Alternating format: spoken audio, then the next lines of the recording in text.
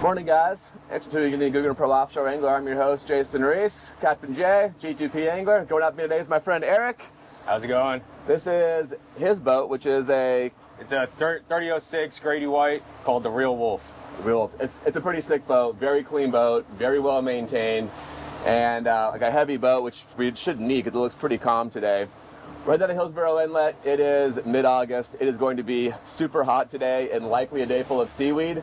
But I'm coming out today, I'm going to try to learn how Eric is running his kind of trolling setup and how he runs his boat. He's going to learn from me a little bit. We're going to trade tips throughout the day, which we'll happily share. And we're hoping to find maybe some blackfin tuna and potentially a king. I think that's probably our best bet for today based on what's happening out here. We already broke the CUDA mix, so. Yeah, we're digging a sunrise CUDA. Green tuna taco already hit. We only got 4 lines out. We're in 170 feet of water. And we are just south of the inlet. We only got half of the spread out. It's a morning CUDA to start.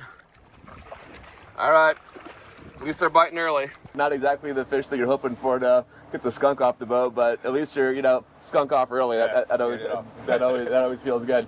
Let me walk you guys through the spread here. We have a ballyhood green tuna taco behind a yellow outrover. This one only goes to starboard. On the long planer, we have a Gulfstream Lures pink and green zoom witch, flash witch, and a pink and green Nita strip. On the short planer, we have a pink and black zoom witch, flash witch, and a real bonito strip. On the outrigger is a GiA&x pink sea witch and a pink and blue Nita strip. And on the shotgun is a boon bird and a ballyhood pink tuna hoochie. We got the sunrise spread deployed, and it's time for a captain's breakfast. Eric, life's full of hard choices. Would you like flagship dark or flagship blonde? Dark. Cheers, buddy. Cheers. Have a great day.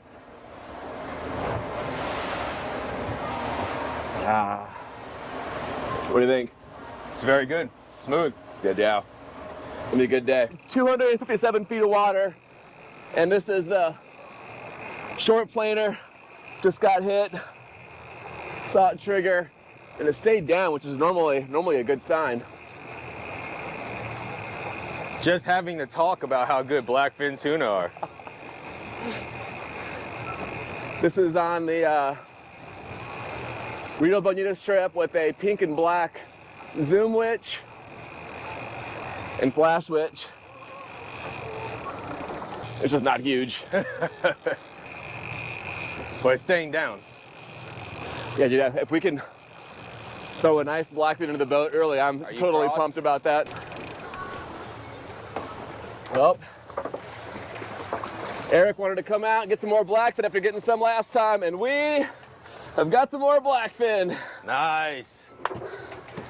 All right, we're in, is that 80 feet of water, is it? Yeah. 80 feet of water right off of the reef. The spot Eric was trying to find for us here.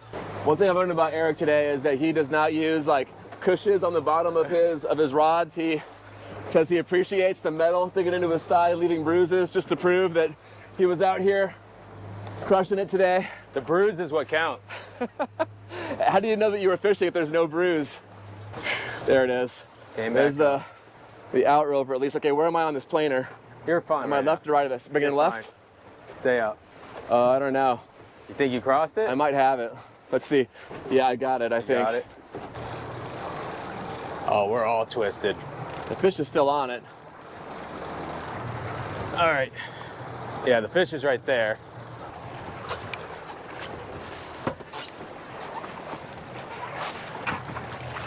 It's a bonita.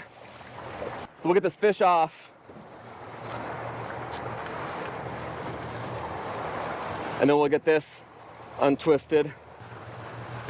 Trying to ride the edge of the storm here, see if we can turn the bite on. 187 feet, just outside of the inlet. You can see the lighthouse there.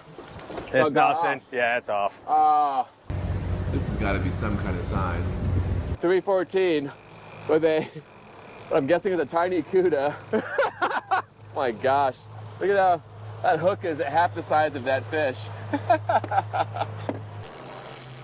127 feet off of Del Rey, and we actually just missed a, I'll show you the bite, we just missed a fish, missed connection on the long planer, and I'll show you the bite marks in the need a strip. But now we're on the shotgun, which is a pink tuna hoochie. There it is, just surfaced out there. Hoping blackfin, I'm guessing Hallmark bonito. I should have second guessed the shotgun. He's bringing that in. I'll show you guys this. You can see it here on camera. So we just had to miss him. It triggered right before, and I brought this in right when the shotgun got hit. But look at the teeth marks right here next to that hook shank, right here and right here. Like that was so close to getting hit right here on this hook, and we just missed it. Eric, what do you think it is?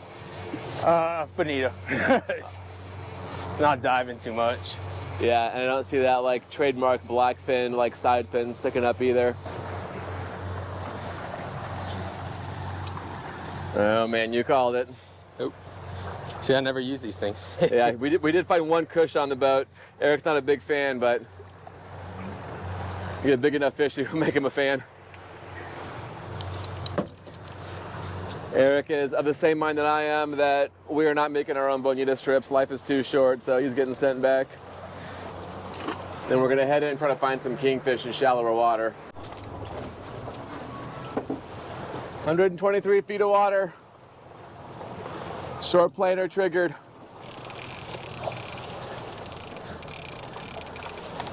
What we got, another cuda? King. King. Juvenile king or a Spanish or a Ciro? Can you keep them? Let's measure and make sure. So we gotta look at Measure right there. We gotta look at that lateral line to make sure we got the right species identified. Been a bit of a slow period anyways. We got that last Spanish Mac, and Eric got a call. He's got 3 young kids, including a newborn, that kids aren't feeling so well at home. It is time to head in. Yeah, she lets me out, but I don't try to take advantage of the time. So take as much as I can when I can.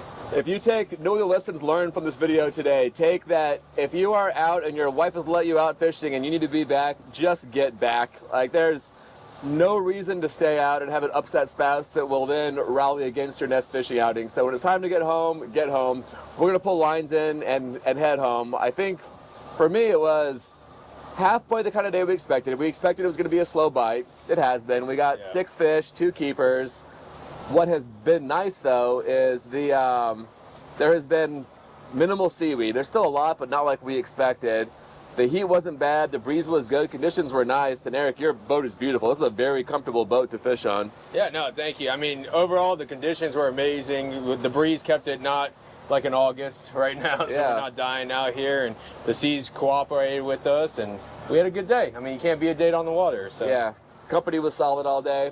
I think I learned a couple of things on the way that you run your spread and the way that you do it out here that I think I will adopt on mine. A couple of the small things. Also, you got way more rod holders, which is nice too. That helps.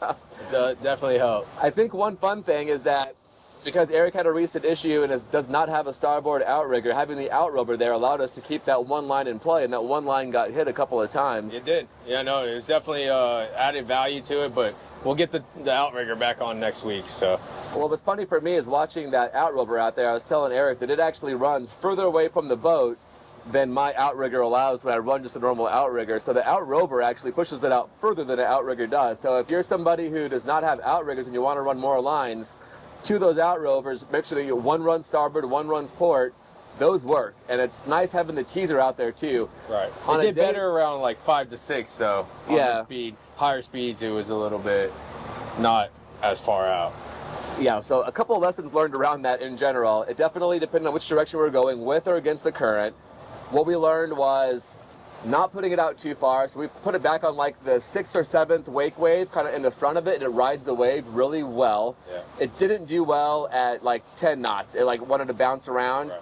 Slower speed was better, and then putting it up in the T-top versus down in the gunnel, it also ran better. It did. And then the last thing we did is we put a heavier bait on the back of it to kind of pull the back down, and that was, I think, like the final like icing on the cake that made it made it work. So a little bit of like getting that dialed in, but it was effective and worth it. The funniest thing was I only have one of them, so I lost my port one last year. And I asked Eric, I was like, which one are you missing? He was like, starboard. Went to my boat last night, pulled it out, and sure enough, it was the starboard one. So that worked out well, allow us one more. So let me show you guys actually how the bites broke down today. 13 total bites broke down like this. 0 bites for the generic pink sea witch, 2 bites for the Gulfstream Lures pink and black zoom witch, flash witch, and the real bonito strip. 2 bites also for the pink tuna hoochie. 4 bites for the ballyhood green tuna taco. The winning bait with 5 bites was a Gulfstream Lures pink and green zoom witch, flash witch, and a matching pink and green nita strip. So while you're waiting for the next video, check out this video of us living out on blackfin tuna, as I was telling Eric, just a little bit north of where we were. If we had more time, we'd go fish that area. And check out this playlist of all the great catches from this year in Roland. Thanks for watching, guys. Tight lines.